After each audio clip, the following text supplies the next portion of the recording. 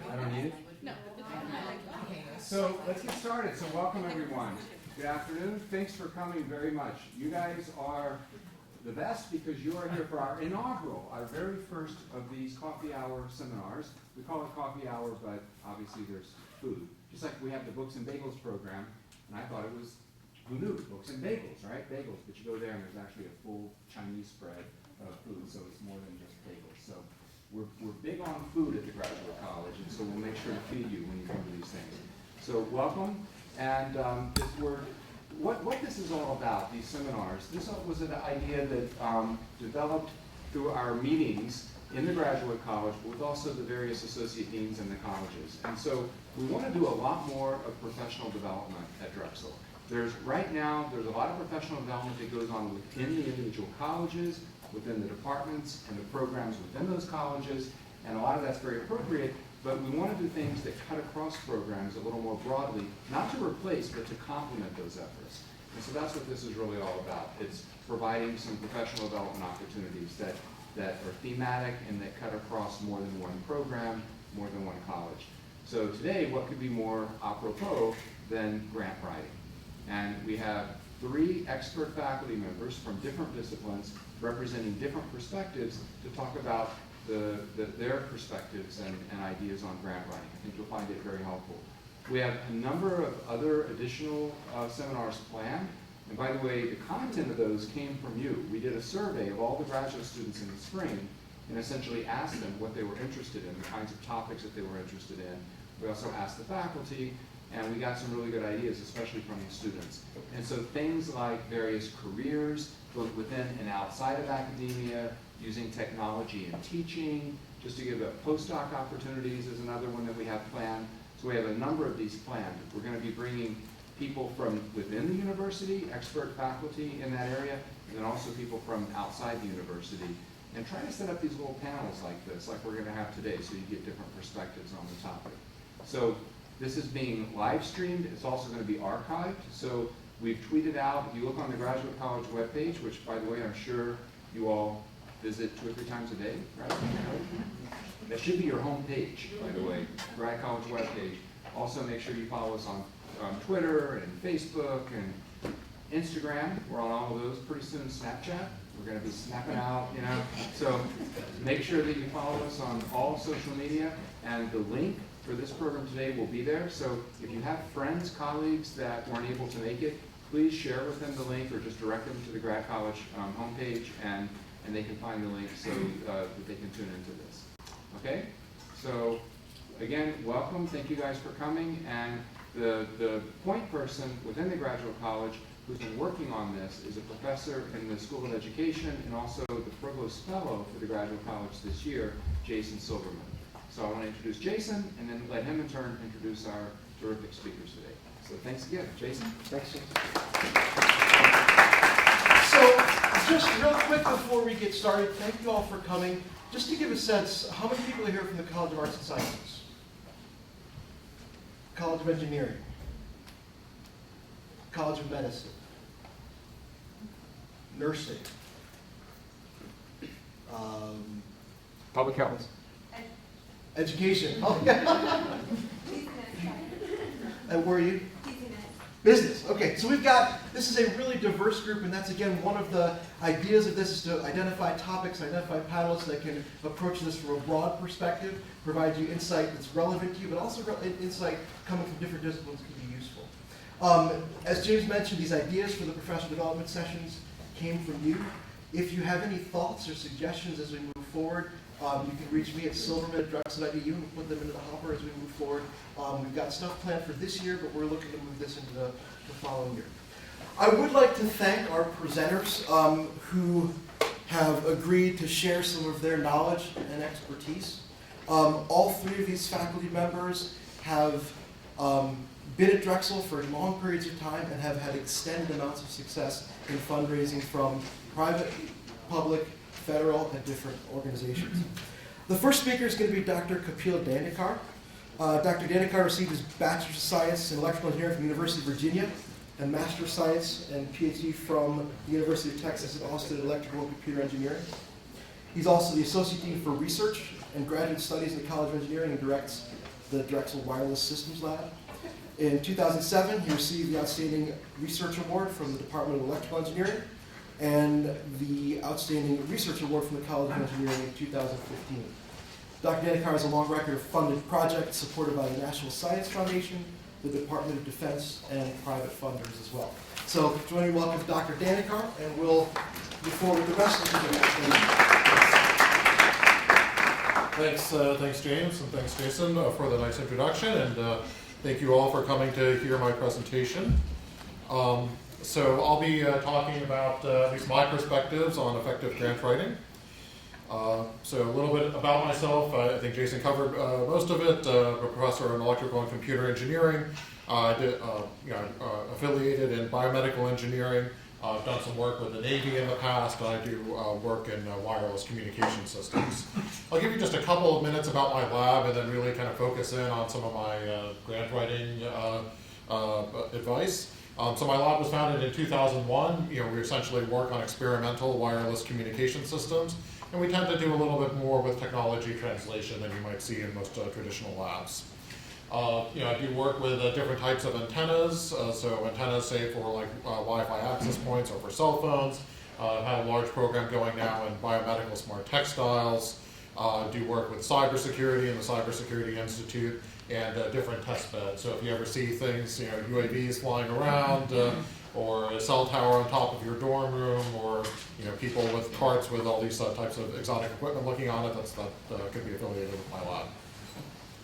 The lab also focuses on technology translation quite a bit. So one of my PhD students started a company to commercialize the technology he developed while he was at Drexel, which is why I tell all my students, stock options for your professors in class. I'm just kidding. And then you can see some of the work on biomedical smart textiles. There was a nice YouTube video that was made of that recently. So the lab has gotten about $28 million in funding. So I'm an experimentalist. So unlike people who have, can do what they want to do with just computers and pencils and papers, I need lots of stuff to do my research. So lots of equipment in addition to funding students. From the Department of Defense, NSF, and from some foundations. I'll mention some of the programs. We had a large program with the U.S. Army. CERDEC for a number of years, so the Applied Communication and Information Networking program that went for 10 years. We do work with the Office of Naval Research, various directorates within NSF.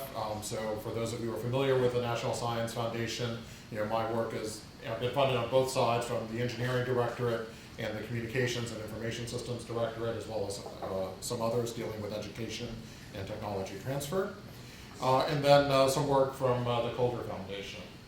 I've also done some work with educational projects, service learning, digital divide types of projects, a program to launch a new Master of Science cybersecurity program at Drexel, and desktop virtual reality for advanced workforce development. So, research and educational projects alike. All right, so what the seminar is really about is, grant writing tips. And I have a well-defined philosophy when it comes to this, and some of it will align with the grant proposal guide that you'll see from NSF, and maybe some of it won't. I tend to think about things in terms of like finding an opportunity. I tend to break it up into two categories. There's close to home, or there's the interdisciplinary cross-cutting research. Close to home I define as, I just got, if you get your PhD and, there's that community of researchers for which you're going to become a fellow in your society, and you want to kind of make advances within your field, that's a place to go. So it's obviously close to, tends to be close to our professional training, and can give you depth in whatever community you want to be recognized in. But it has challenges associated with that, right? First is that, if you're a young investigator and you're getting started, you want to be able to break away from your advisor and the PhD research that you did to establish your own identity, and that can sometimes be a challenge. And then there's also limited submission opportunities, right? If there's just one program that kind of funds all the work that you do, that's obviously a single point of failure, and one of the defining characteristics in my field is the notion of diversity. If something isn't working in one area, you want to be able to explore other areas as well. I use that in my research, but I also use it in my fundraising as well. So the alternative to the close-to-home approach is the interdisciplinary cross-cutting work. And this is a nice opportunity to meet with people who you wouldn't usually work with, across different disciplines. And really a nice opportunity to be creative, to hear what other people are working on, and to try to learn from people in other disciplines. So a shining example of this is the work that I do with John B. Dion and people in the medical school and nursing on the functional fabrics, right, where we look at biomedical applications. There it's very far away from my training as someone who does physics and signal processing and electrical engineering, but there's a lot of energy in doing those new types of collaborations. So the challenge, obviously, it's team building outside of your comfort zone. If you're just used to doing your equations and getting out that next epsilon, it's going to be kind of an awkward conversation to start talking with a fashion designer or a medical doctor. But once you bridge those gaps, it can be really, really rewarding. So then you've identified an opportunity and you want to write a proposal. So I really should have gone through this slide and indicated with different colors what's required by the grant proposal writing and what is actually required by my obsessive compulsive disorder when it comes to writing proposals. Okay, so I'll try to say that verbally. Okay, so the solicitation, you should actually read it, right? A lot of people will just kind of take their most recent journal paper that they're so proud of and just basically slap it into proposal form and call that a proposal. It's generally important to read the solicitation, see what they're looking for, see if that helps you identify which opportunity, how you should pursue the opportunity. Seems obvious, but a lot of people forget that for some reason. Intellectual merit and broader impacts, that's something that's required from the NSF side of the house. So intellectual merit, is kind of the core intellectual contributions that you see yourself making. Broader impacts are the impacts on society, education and outreach that's enabled by the research. So that's, needs to be explicitly identified in an NSF proposal. Now, my OCD tells me that there has to be 3 thrusts for each one of those. That's, I'm not actually a Christian, but, there's some like Judeo-Christian thing that I've got where, there must be 3, not 2, not 4, but 3. I don't know why. That's just the way my mind works. I tend to, break up my intellectual merit and broader impacts into those 3 different buckets and try to fill in different things. My template, and this is not the grant proposal guide template, is that I try to have the first 2 pages of any proposal contain, the 6 thrusts that I want to have, 3 intellectual merit, 3 broader impacts, and I want it to have a big picture that shows how all of the topics fit together to address some problem that's well motivated. I don't know if this is cynical or if this is just reality, but a lot of the people who are reviewing these proposals don't have a lot of time to read, and I think that, if you make that argument and sell it in the first 2 pages, the next 13 are what the reviewers are going to use to justify the decision they've already made on the first 2. So again, this is my obsessive compulsive disorder speaking, but I'm a big believer in trying to, even though there's a 1-page summary, that first 2 pages of the 15-page description, I generally try to have the big picture and try to make that a largely self-contained document. The other thing I'll say is that you should actually think about broader impacts and try to do something interesting if you're going to NSF.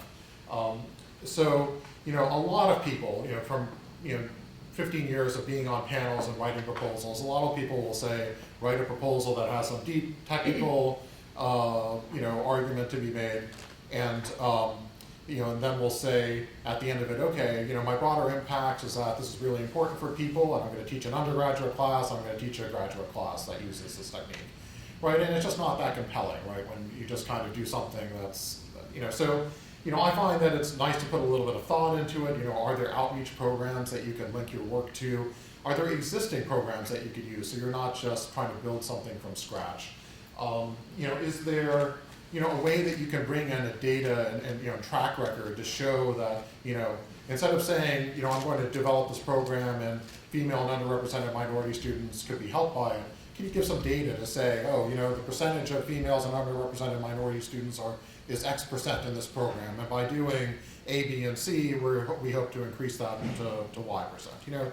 Something like that to make things a little bit more tangible than just kind of being wishy-washy and make it seem like a last-minute type of thing. A broader impacts alone isn't going to win a proposal, but it can be that little epsilon that gets you over the hump for work that's otherwise equal in terms of the intellectual merit.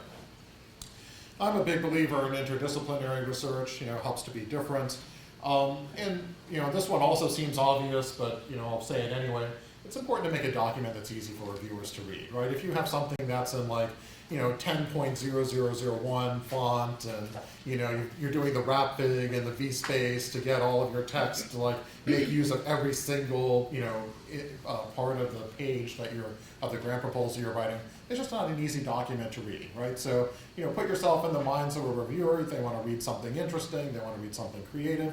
They don't want to wade through a lot of jargon and have a document that's hard to read, right? They're not necessarily all in your field. Other advice, serve on a panel and see what it's like on the other side. That's probably the best piece of advice I can give, just to learn what it's like and what the review process looks like. All right, I'm going to say something, and it looks kind of mean, and I don't mean it to be mean, but a lot of people will tell you, oh, you should take every proposal idea you ever have and go talk to the program manager and get them to bless it before you write a proposal. I happen to think that school of thought is a little bit overrated. On the NSF side, it's good to talk to program managers about whether or not your proposal fits within a particular program, but I wouldn't necessarily go through and obsess over whether the details of every idea is blessed by the program manager. I find talking to program managers to be the best when it comes to deciding what programs I should be submitting to, and then how the reviews should be interpreted. And then finally, I find that there's a loose correlation between what I think is good and what other people think is good.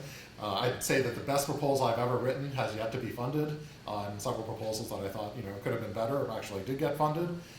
So I find it best to cast a wide net, and people will disagree.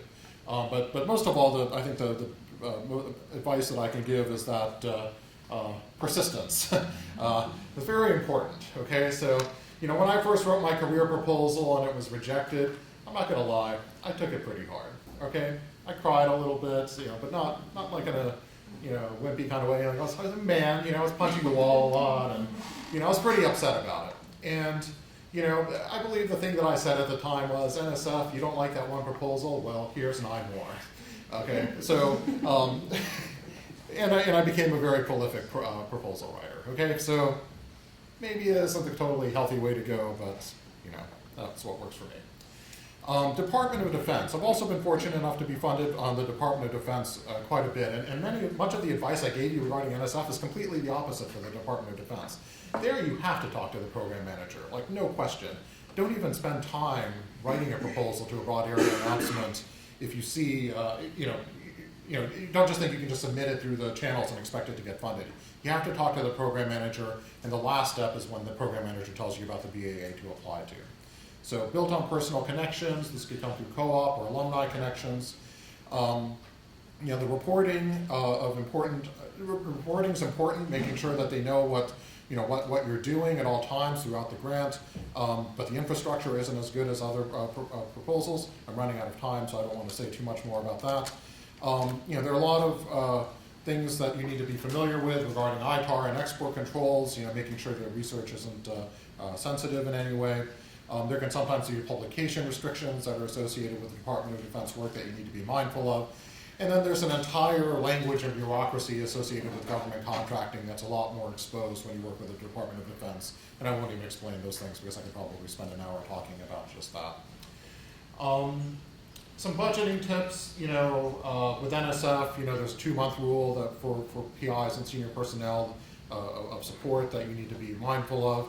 Subcontracts and collaborative proposals is what you need to think about in terms of working with other institutions. And there's a negotiation process that goes on to cut down awards to particular sizes. DoD and industry, when you're writing budgets, you need to be aware of deliverables and what's a billable deliverable. When you give them a report, that's when you get paid, and that's when the university invoices. That can cause a lot of issues if you're not familiar with that process. You can ask me more about that if you're interested. Some reporting tips, NSF, it has a pretty nice reporting infrastructure through research.gov. There's a nice annual reporting and final reporting system that you can use. Pretty easy to get a one no cost extension, but sometimes you may want to consider more. With the Department of Defense, there's an industry, there's a deliverable-based submission process, and the sponsored research agreement terms, specify best effort versus having to get things done. That's something that you need to be mindful of when it comes to reporting. And then again, it's very important to keep your program manager in the loop regarding what you're doing. So I think I'm under time, hopefully, and that's my talk, and I'm happy to answer questions, but I guess we're doing questions at the end. Maybe if we have one or two, that'd be okay now, and then we'll have time at the end this evening. We'll have time at the end for some more kind of cross-cutting questions. Any questions? Yeah.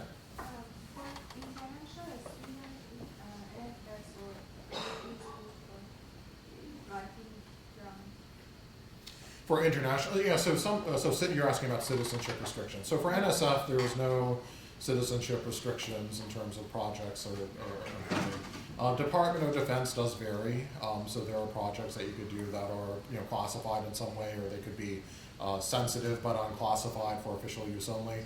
So there might be different although it is possible to have defense and projects where there are not citizenship restrictions. So it's one of those things where when you're talking with the program manager about ideas, you need to be clear about whether or not it's going to be citizen, permanent resident, or non-citizens. We're working on it. Nice. Okay, thank you. So one quick comment about the persistence. I couldn't agree more about persistence. I'm actually working with our next colleague, Dr. Wes Schumar from the Department of Anthropology. And the grant we are in about the 4th year of right now honestly took around 8 submissions to get in. And 8 submissions, different funding agencies, finally got something. And again, as Camille said, I'm not sure that was the best proposal that was written, but persistence oftentimes does pay off. Dr. Wes Schumar is a professor and the chair of the Department of Anthropology, received his Bachelor of Science from the University of Pennsylvania, Master's from NYU, and a PhD in Cultural Anthropology from Temple University. He's been actively involved in funding projects in mathematics education, teacher education, online learning, learning sciences, computer-supported collaborative learning, really all over the technology-enhanced social networking kind of things. Wes has received more than $5 million in PI or co-PI and been funded by the National Science Foundation and various private foundations. Wes is going to share his thought about grant writing and fundraising from the social sciences. So Wes, thank you.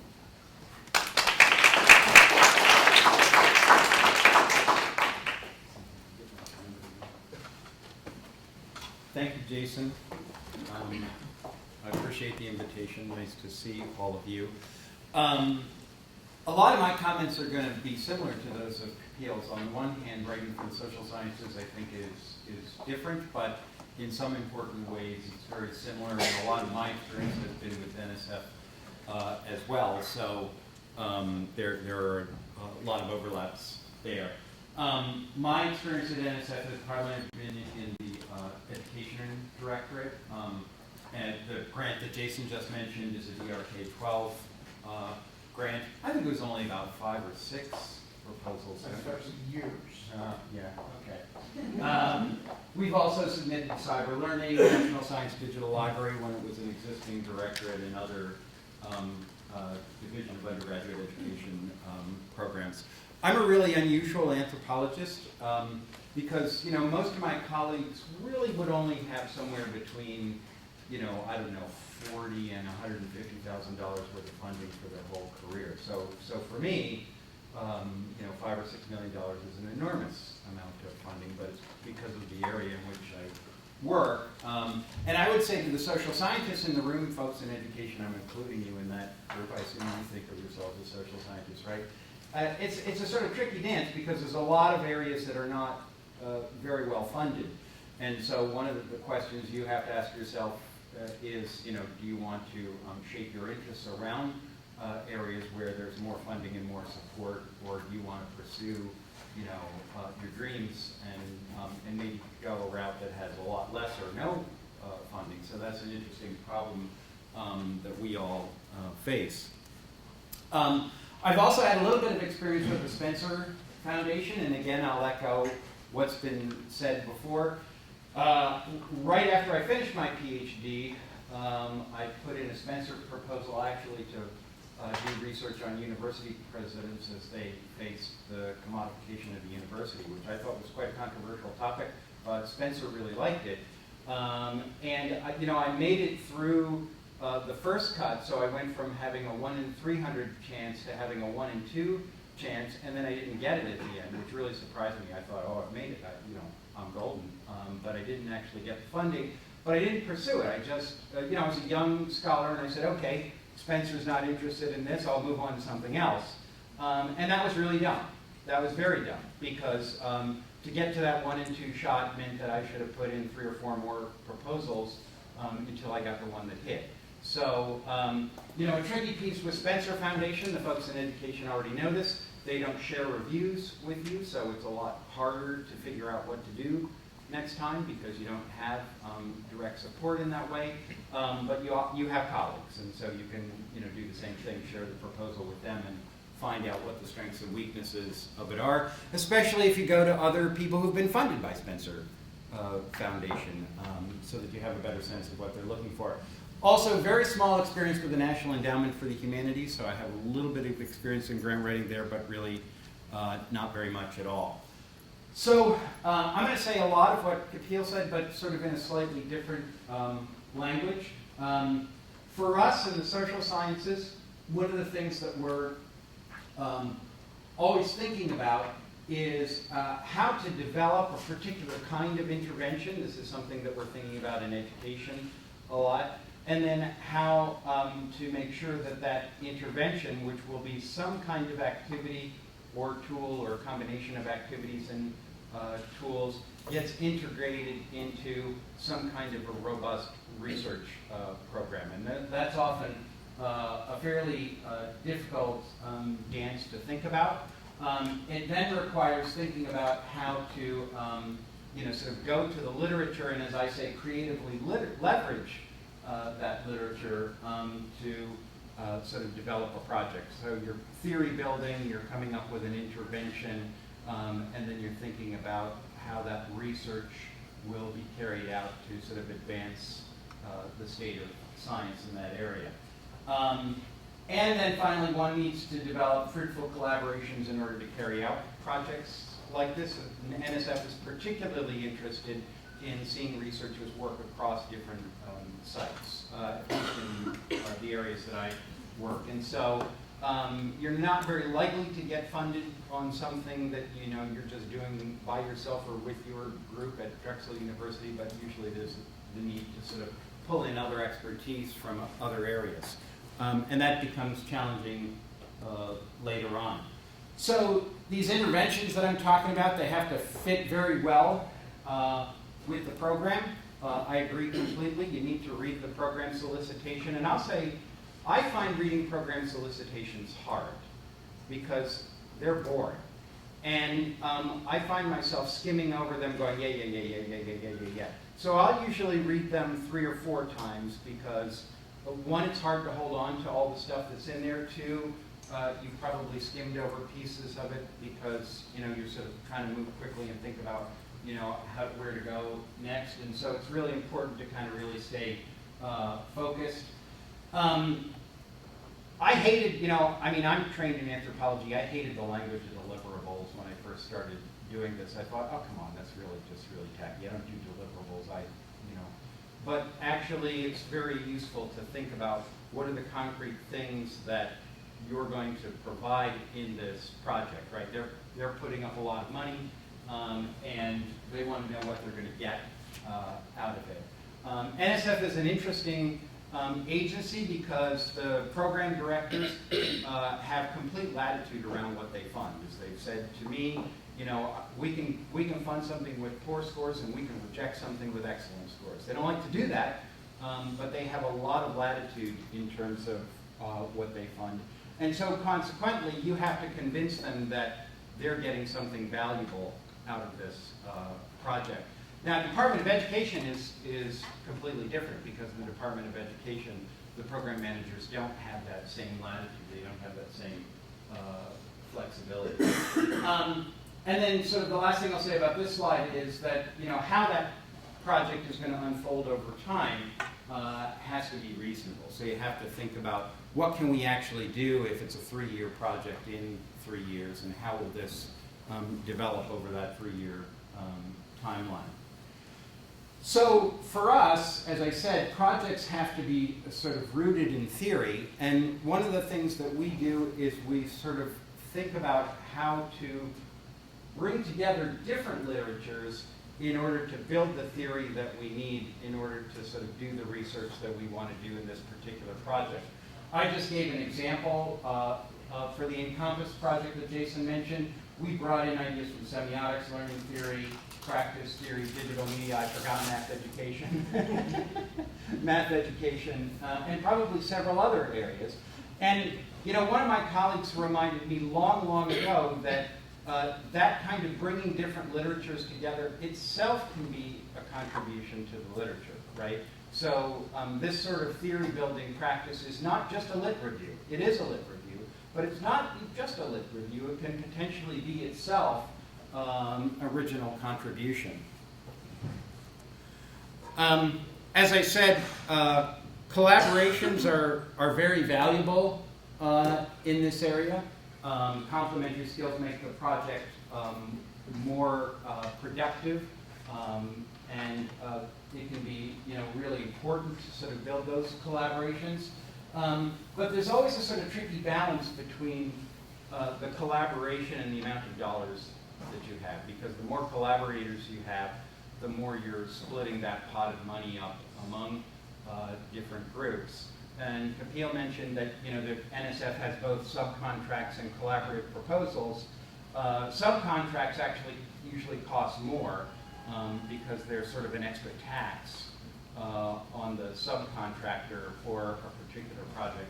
Collaborative proposals actually avoid that tax, and it allows PIs from different institutions to put in the same proposal. But nevertheless, I think the other thing that was shocking for me, again, coming from the discipline that I come from, I used to think that $500,000 was a lot of money.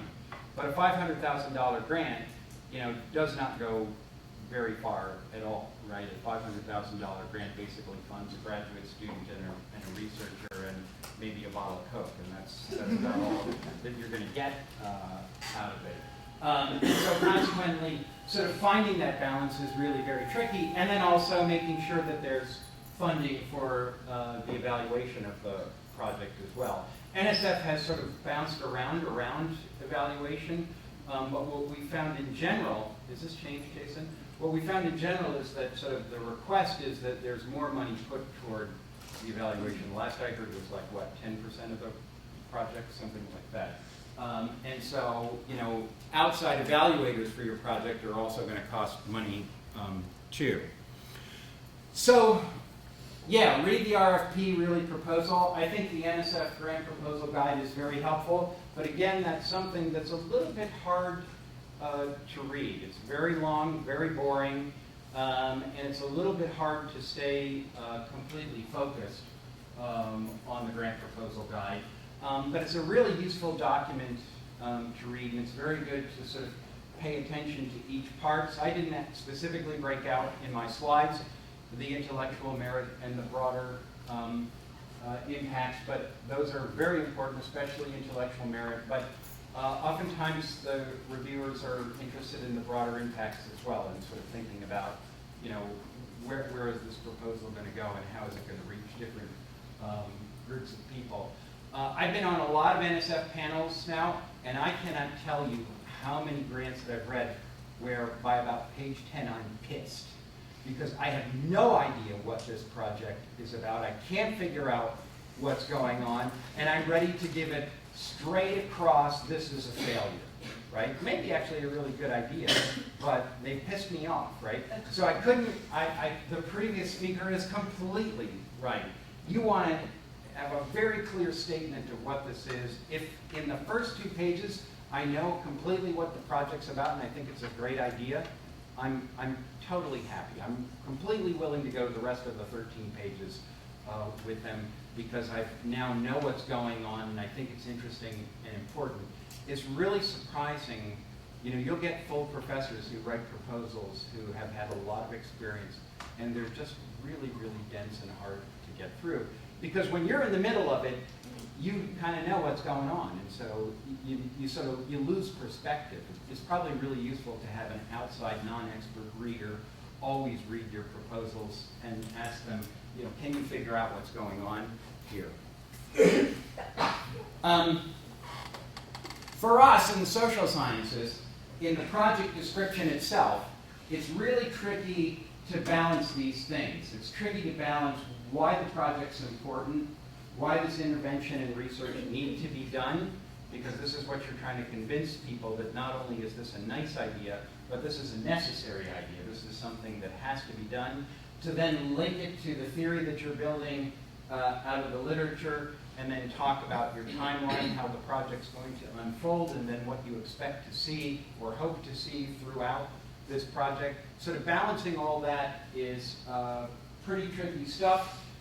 If you can do it effectively and clearly, that's going to do you really very well. In our area, NSF funds about 20% of the proposals. So we feel actually if we can hit 1 in 5 times that we're doing really well because we're sort of spot on average. I didn't know Encompass did so badly. 1 in 8, oh well. But again, yes, that kind of persistence, and you really do have to learn. This is hard to learn. This is true of journal articles as well, as you all probably already know. It's very difficult to learn to take the criticism and take what's good out of it, ignore what's bad out of it, and sort of move on and do it again. But actually, if you develop that thick skin, you're going to be a much more successful graduate student and then academic, because that's sort of what we all need to do. And really, sort of multiple versions of the proposal will eventually work. It's just not, my experience with Spencer was really dumb. I thought I was going to hit the first time out, and when it didn't go, I thought, okay, that's the end of it. That's not a smart approach at all. Okay, I think that's it for me. I believe that's my last slide. Yeah. Thanks. So we have about a minute for a question. If there is any, again, we'll have time at the end for some broader questions.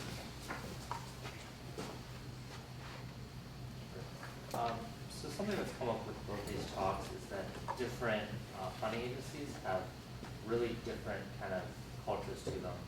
So I guess, how do you find out about that? Definitely you can talk to other professors who have been funded on it. Do we have some sort of centralized office that you might go and talk to understand that if maybe you don't know anyone immediately who has applied for this program?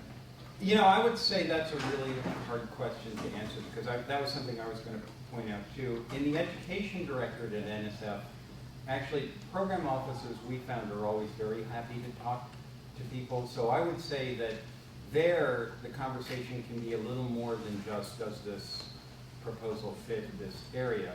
But they're willing to have a little bit more of a conversation about what would be good and interesting and useful. So in education at NSF, I would say it's worthwhile talking to program officers, although you don't want to, it's still a balance between they're busy people and they're talking to a lot of folks, and so you obviously don't want to badger them a lot. Yeah, I don't know. I mean, I guess people in the grants office have some experience with this. The problem is that what experience you have is going to influence what someone tells you, right? So my experience at NSF might be different than somebody else who's worked with other directorates, and they might give you different advice. So maybe the advice is talk to people who have been funded in the areas closest to what you're looking to hit, and then sort of see what they think are the best advice. I mean, it is part of the informal culture, and partly people pick it up from just participating in the culture. Kapil's advice about serving on grant panels, if you get that opportunity, that's really great. Myself and most of my colleagues all feel like we became better grant writers after we served on panels, because you really get to see how people put these things together, and then how reviewers critique them, right? What the criticism looks like. And just one other thought with regards to that, not to call Wes out, but finding people in your field with experience to mentor and serve. And Wes has served in that role for me for a number of years here.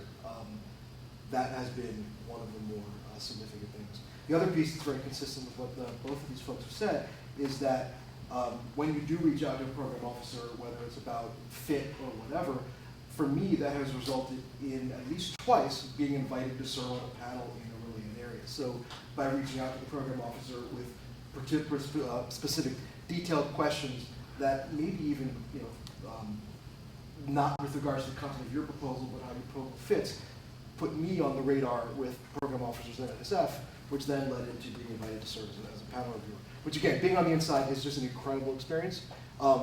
It's daunting and a lot of work and sometimes miserable, but more often than not, really exciting and really fun and really. Our last presenter today, and for the record, not just as important as the rest. We were selected randomly. I did sort of randomly using Excel to figure out who went first and second and third. So really excited about the number of folks from the College of Medicine that are here, and the fact that we have Dr. Bass who's here to share some thoughts. Dr. Bass is a professor of neurobiology and anatomy in the College of Medicine. Received his PhD from the University of Michigan and a postdoctoral fellowship here at Temple University in Philadelphia. He's also the director of the graduate program in neuroscience and runs an NIH-funded postdoctoral program in the neurosciences. Dr. Bass is frequently invited to present work in national arenas and has been consistently funded for over 2 decades by the National Institutes of Health, the Department of Defense, and the National Science Foundation. So Dr. Bass, welcome.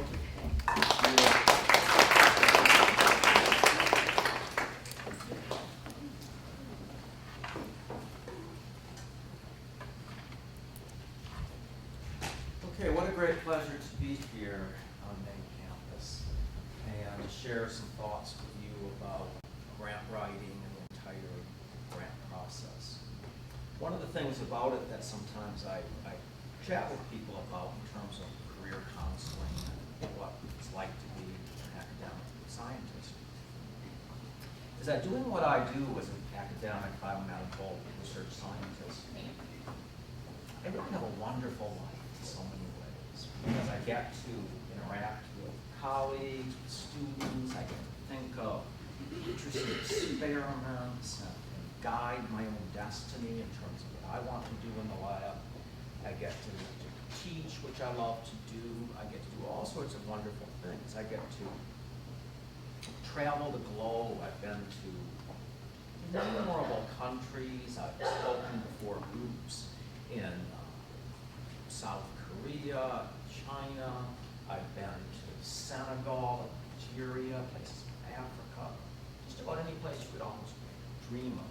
Sharing my story, looking at the faces of individuals to see if my story is ringing true, if it's interesting, if it's important, or if something I'm saying might cause a face to contort, and then I wonder, am I on the right track? So that kind of feedback is just so very important for my research success, and also it's very, very important as part of the job that we do to disseminate information. So if we simply stay in our own labs and keep publishing papers, that's good, but it's not enough. We have to go around and we've got to tell people about it. It's a really important part of the job. So all of this is wonderful. All of this is wonderful. There's only one thing you have to know that's not so wonderful. And that's this whole grant writing process can be very, very stressful. And if you're a person who can't deal with stress, we all get stressed. Stress is important. It's important for driving us to do our best. And learning how to deal with stress is also very important. But if you're a person who just simply can't deal with stress, then maybe you want to find some facet of what we do that doesn't involve grant writing, because it can be stressful. It's stressful because it's so capricious. You get grant reviews, and they may be just so mistaken that you get angry. You get grant reviews that maybe are just dismissed. We don't care about this, go away. You may get all kinds of grant reviews. You may get a grant review for something. I once wrote the most awful grant that I ever wrote. I felt ashamed of it, and it was funded. My grants, I think are just terrific. I think one of the other speakers said something similar, that maybe the reviewers. I had one review once from a grant where I was writing all And the grant reviewer said, well, you know, this applicant didn't say P5 interacts with AMPA receptors. And I thought, what the hell, AMPA receptors? So I Googled it or put to PubMed, and it wasn't P5 that interacts with AMPA. I knew that. It was KIF5, kinesin related. The reviewer was talking about a completely different protein. So it's a very frustrating, capricious process. When you go to check your score, if it's on NIH, your hands are just shaking as you go to your webpage. You get these emails in the middle of the night saying your score is in. You go downstairs looking for your password to get in. It's stressful. One way to mitigate the stress, though, is to understand that it's a process. And I think that's what all of the speakers have been saying. It's a process. You may not get it the first time. You may have to revise. You may have to resubmit. You may have to rethink your ideas. And believe me, your work, your science, whether it's biomedical science or social science, your science is made so much better through this process. Even if it's just the realization that you have to communicate better. Forevermore, when I studied kinesin 5, I always put KIF5, kinesin 5 to make sure that nobody confuses it. And that becomes very important. Nomenclature is very important. So just to introduce myself a little bit more, I just want to show you some of my grant accomplishments. So I started my own lab in 1991. I was at University of Wisconsin-Madison for 10 years. I came here about 16 or 17 years ago. Prior to that, I had some postdoc funding from NIH.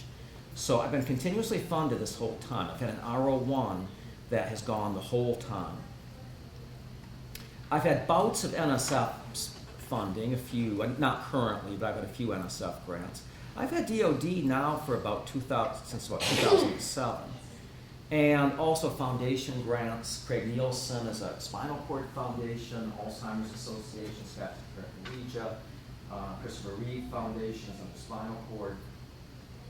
And then the local institutions, such as Drexel University, will have sometimes some money that they get from, say, tobacco settlement funds, things they use to spark collaboration. So the GRID, the CURE, and the multi-investigator are all coming from Drexel University.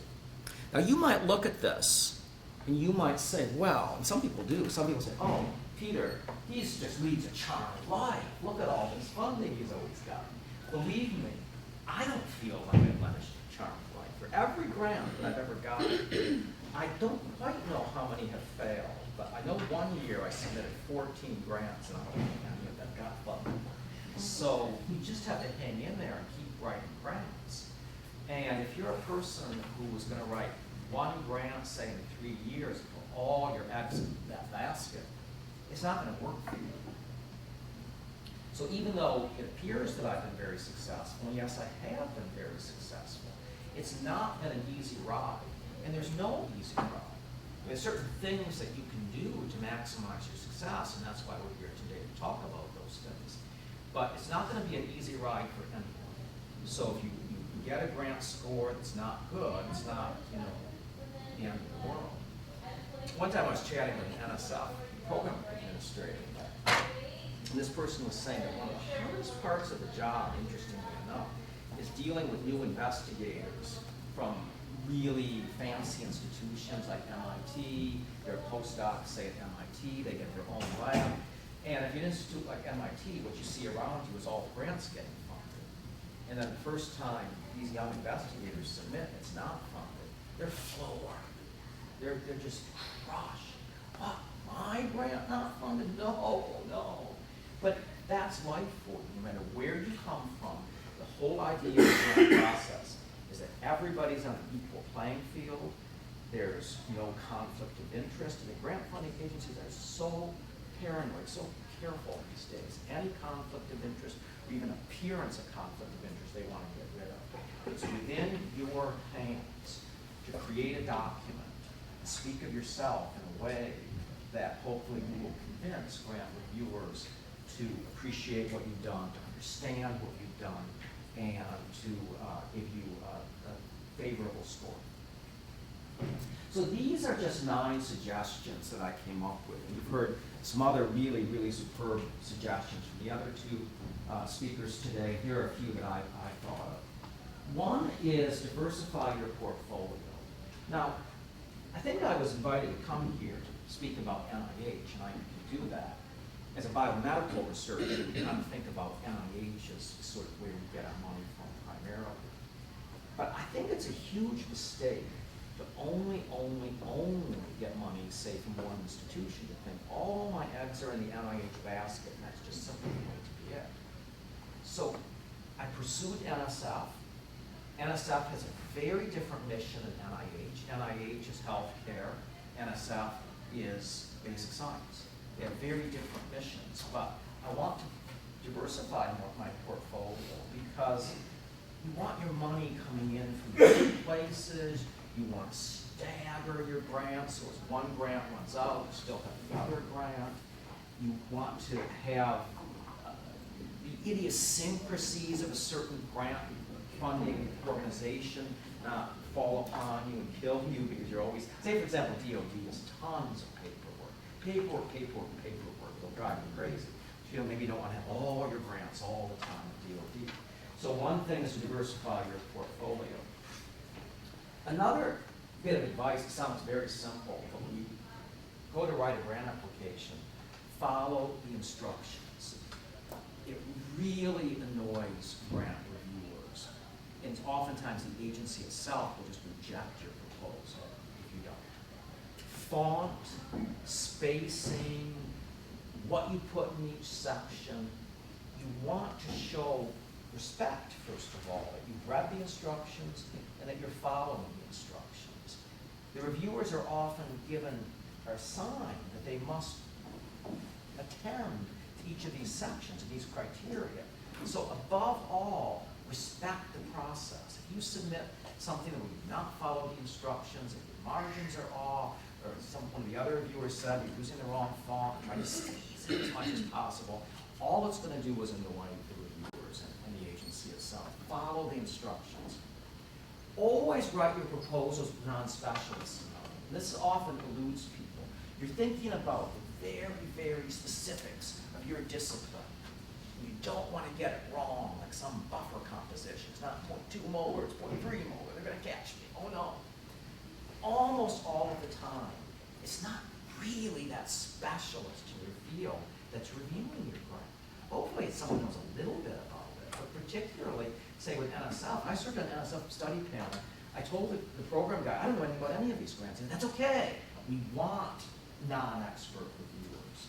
So a whole lot of reviewers may look at your grant, and they don't know your field, and you've got to communicate in a way that a non-expert reviewer is going to understand why your topic is important, that you have scientific rigor, that you have the controls, for a person who may not be in your field. It's incredibly important. You want to make it visually appealing and easy to read. And again, I think one of the other speakers said the same thing. Don't have just writing. Put spaces between paragraphs. Half a space or so between paragraphs. Show your figures big enough that they can be seen. And you might say, oh, no, I can't afford that space because I've got to say some extra words. You don't have to say extra words. It's not going to do you any good to say extra words. Find out a way to minimize, to say things short, quick, and just easy to read. Make that document so that the reviewer can kind of hop around, look at the different sections, make it user-friendly.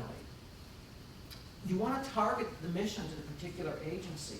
You send a grant to NSF that's all about some disease, they're going to say, no, this is NIH stuff. We don't want this. We have our own mission. What is the mission of NSF? STEM. It's basic science, it's education, it's broader impacts. What's the mission of NIH? It's healthcare. Now, it's not to say NIH doesn't do basic science, because it does, but you've got to make it relevant to healthcare. Know the mission and speak to the mission of what that foundation does. Learn from the reviews. So many of us, we get this review, and like I said a moment ago, some of the reviews are so out to lunch. You just get angry, you throw it in the garbage, and you say, this is just awful. I've done this myself. And then years later, I'm going through my filing cabinet, I find this review, and I open it. Oh, you know what? That review was right. A lot of times you can learn from reviews, even reviews where almost all of it maybe is kind of not right, maybe 1 or 2 sentences is very, very, very observant and really help you. If nothing else, you have to confess that you failed to communicate the message to that reviewer and ask yourself why. So don't get angry at reviews. Really try to learn from the reviews. And we submit, as we've been telling you, we submit. A lot of people kind of disagree about how adventurous your proposal should be and how pragmatic it should be. If you submit an application that's just imminently doable, it's imminently pragmatic, it's going to be maybe a little boring, but you're going to believe you can do it. If you submit a proposal that's extremely adventurous, it may be exciting, but they're not going to believe you can really do it. It's a balance. It's really a balance that you've got to have some elements of excitement, but also convince the reviewers that you have a good chance of being able to do this. And even if you can't do it exactly the way you think you can, you're still going to be able to do something pretty good. And then finally, my last little bit of advice is to show that you're intellectually nimble. Not that you're just writing like a materials and methods section. A grant proposal is not a materials and methods section. Buffer compositions and all this sort of thing. You want a little bit of that to show you know what you're talking about. But for the most part, what you're doing in a grant proposal is you're communicating that you've got a hypothesis, you've got experiments that address the hypothesis, that they're tractable experiments, and that whatever the results of those experiments are, you're going to be able to interpret them and pivot in the appropriate way. You may be surprised, it may be this result, it may be this result. Whatever the result is, you're ready for it. You're ready to pivot, you're ready to alter your thinking dynamically as you get those results. And that's what you want to communicate. If your entire grant proposal is contingent upon getting the results that you expect to get, and you're not going to even consider that you might not get those results, then the grant reviewers are really going to think that you're locked into your way of thinking, and you're not going to be sufficiently nimble intellectually to actually conduct this project in real time and get valuable results that you can interpret. So, is that all my time? Okay, so thank you very much.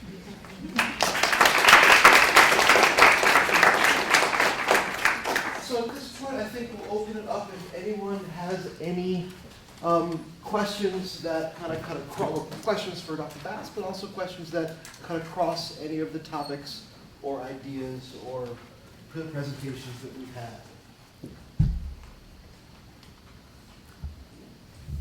I have a general question. What's the best way to even start writing a grant, especially when you have multiple collaborators in different fields? Is there a particular project management method that has worked best? The question is, what's the best way to get started writing a grant? And I think probably the three of us might give you very different answers. Everybody has their own approach to that. I would say the best way to start a grant is to do a lot of thinking about it, a lot of pondering and thinking about, because when you write a grant, you have to have kind of a hypothesis and a formula, you've got a theme going, so you need to think about it. And if you just start writing and you don't know where this is going, it's just going to frustrate you. So usually with most grants, there's what's called a specific aims page. And that's a one-page portion of the proposal in which you give a little background and then 1, 2, 3, 4, whatever aims.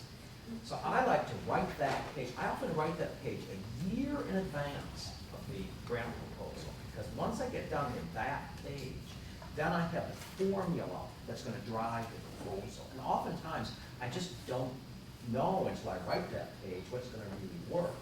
The other thing I like to do in my lab is to have lab meetings where we talk about it. What about this? What about this? Oh no, that's not going to work for some whatever reason. So it's kind of this brainstorming that gets the whole thing going.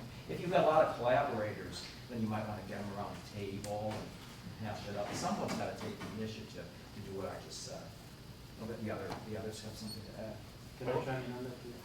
Yeah. So, You know, in the social sciences, one thing that I wanted to mention is we don't have labs for the most part. So that's a really different process for us. But we'll do exactly what Peter suggested. We will mock up a one-page of the project idea and start to circulate it around with everybody.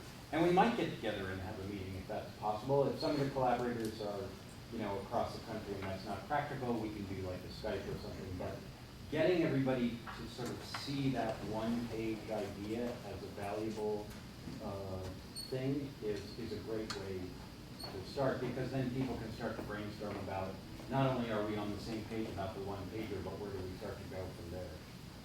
I was with everything that Peter said except for the 1 year part. So instead of a year, you know, maybe 4 weeks, Yeah. maybe 2 weeks, sometimes the night before. But, you know, but in principle, I agree with everything, you know, like the one, you know, get the 1 or 2 page vision to put in front of collaborators, but don't just say, you know, don't do a blank page and say, I want you to contribute your discipline here and that discipline there. Like, I find it, you know, even at the risk of offending them, you know, try to write down what I think they can do and then, you know, iterate on that, make sure you agree on the vision, and then go and write the full proposal. Just 2 other quick thoughts on that. The first one is, in my experience, the summary that I wrote not last night, ends up not being exactly like the summary that gets submitted. So that's something that changes over time. The second thing I want to highlight, Wes said, is there needs to be a driver. And either you're the driver or you're not. But if you're the driver, you take that role. If someone else is the driver, but without that, things tend to fail out. So most of you mentioned that it's the probability to don't get a grant on your first try, it's really high. So how do you approach usually that? You resubmit with changes, or it depends on the reviews you get? How do you usually manage when you don't get a grant and you want to resubmit it? Well, when you first submit a proposal, and let's say that you don't get the appropriate fundable score, then you look at your reviews carefully, chat with other people, maybe you share your department with some colleagues. You could call the program officer to chat about your reviews, or the SRO, the person that runs the study section. I think you have to take a few moments and not panic. Sometimes you just have to put those reviews away for a little bit, because initially you get very emotional about it, and kind of come back to it later. Your first impression may be that there's nothing I can do here, I just can't practice. Then you go back and you look at it again, and you make a list of what you really need. You really think about it. What did I do wrong here? What can I do to right this ship? It may be, say for example, that all of these complaints of the reviewers can really be resolved simply by taking one experiment and getting rid of it, or replacing it in some way, and that really solves it. So you have to have really a moment of clarity to sort out what you want to do. And you want to be careful not to construct a revision that really is not a good one, that doesn't really address the points of the reviewers in any kind of convincing way, because you're wasting everybody's time. You may want to go for the very next cycle. You may want to skip a cycle and just give yourself a little bit more time with it. Sometimes it's just a matter of more preliminary data that they're looking for. But you want to get in the heads of the reviewers and try to understand what it is that they're really looking for. So Peter could say something more about this. You know, on the NSF side, there's no guarantee that the people who will look at your proposal once you resubmit it are the same reviewers who rejected it previously. There's no reviewer history. I believe NIH is a little bit different in that regard. NIH, you either hope they do or they don't Yeah. in that situation. But they'll try to give it to the same reviewers, but they might not be. Yeah, NSF, I mean, the way to predict who the reviewers will be for NSF would be to look at the people who have been recently funded through the program. You can get some notion of who will be there. So you have some notion of who your audience is, but there's no guarantee that you get to see the same people again. And it does happen in NSF. I've seen it happen. I was actually on 2 panels for the same program, and I saw stuff that came back that was critiqued by one review panel for something. They fixed it, they did what that panel told them, and then the next panel came along and critiqued that. So it does, for the most part, I agree with what all the speakers are saying, that things get better when they're re-reviewed, and it's overall for you as a researcher, it's a good process. But there are capricious moments that you just have to give up, like it just does happen sometimes. And if you're the investigator, you can be really frustrated. Oh my God, I did exactly what the last group wanted me to do, and now they're saying that's wrong. So that's hard when that happens. But the other thing I think is most important for you all as investigators, I think it's really, really hard to understand the intention of criticism when you get it. I think this is true for journal articles and grant reviews. I know that I regularly, as everybody's saying, put these things in the drawer, read it a couple weeks later when I've calmed down, and seen something completely different. You know, I thought this person was being hostile toward our project, and then I reread it and go, oh, that's actually helpful. Huh.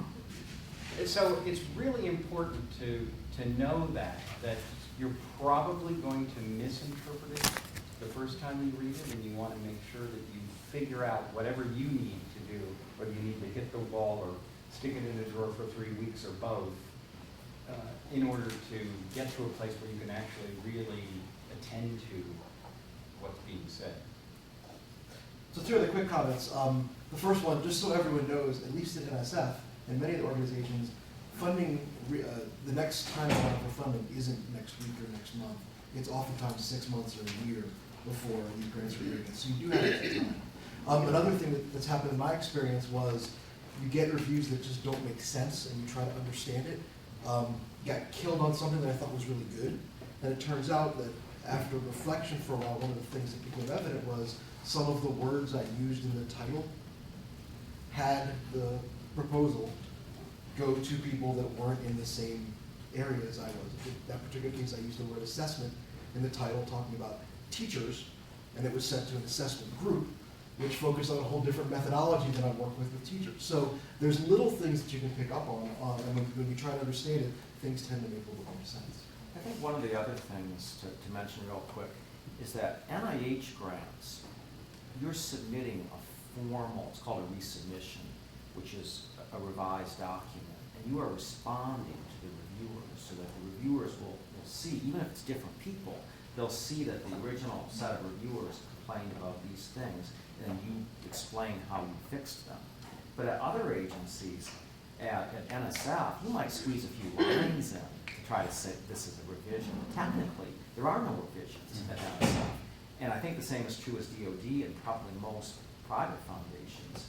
So when you try again at these other, not NIH, but the other potential funding agencies, it's not really a revision. So it's not really like the reviewer is going to say, okay, you know, she was good, she did what we said. It's just starting fresh, hoping that by taking some advice from the first set of reviewers that's going to do you good, but you have to realize it's a whole new ballgame. It's not technically a revision. Is it possible to submit one proposal to two foundations or more foundations where we should first stay? You mean the same proposal? Yes. Most of them don't really allow that. And it used to be years ago, you submitted the same proposal to NIH and NSF, but it was just too much work for everybody, so they said no more. There are exceptions. You could be aware of some exceptions. Maybe I'm not quite sure, maybe the young investigators your first time around, they might allow it. But for the most part, most of the agencies kind of put a kibosh on that because it was just sucking up too much time to have every grant proposal reviewed, 3 or 4 different times simultaneously. So it depends, but for the most part, you won't find yourself doing that. You have to disclose when you write a proposal, all the other proposals you have pending. And that actually is grounds for a proposal getting rejected if it looks like you have something that's exactly the same as someplace else. You can't get funded twice for the same work, right? I mean, that's kind of a central tenet. The one example I can think of, I had a colleague here in the then I school who submitted not the same but a very similar proposal to 2 sections of NSF. So it was kind of like 2 parts of the same research. and it had to be disclosed, of course, that, you know, both of these proposals were in. Actually, NSF decided to fund both of them, but what they did was they basically funded them both under the larger one's money. So they didn't give more money. They actually took some money away from the big proposal to fund the little proposal. So,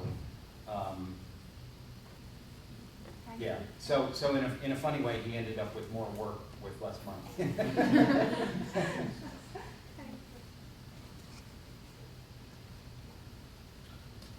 So I'd like to thank our presenters. I really appreciate it. I thought it was really great, and it was wonderful. So thank you guys.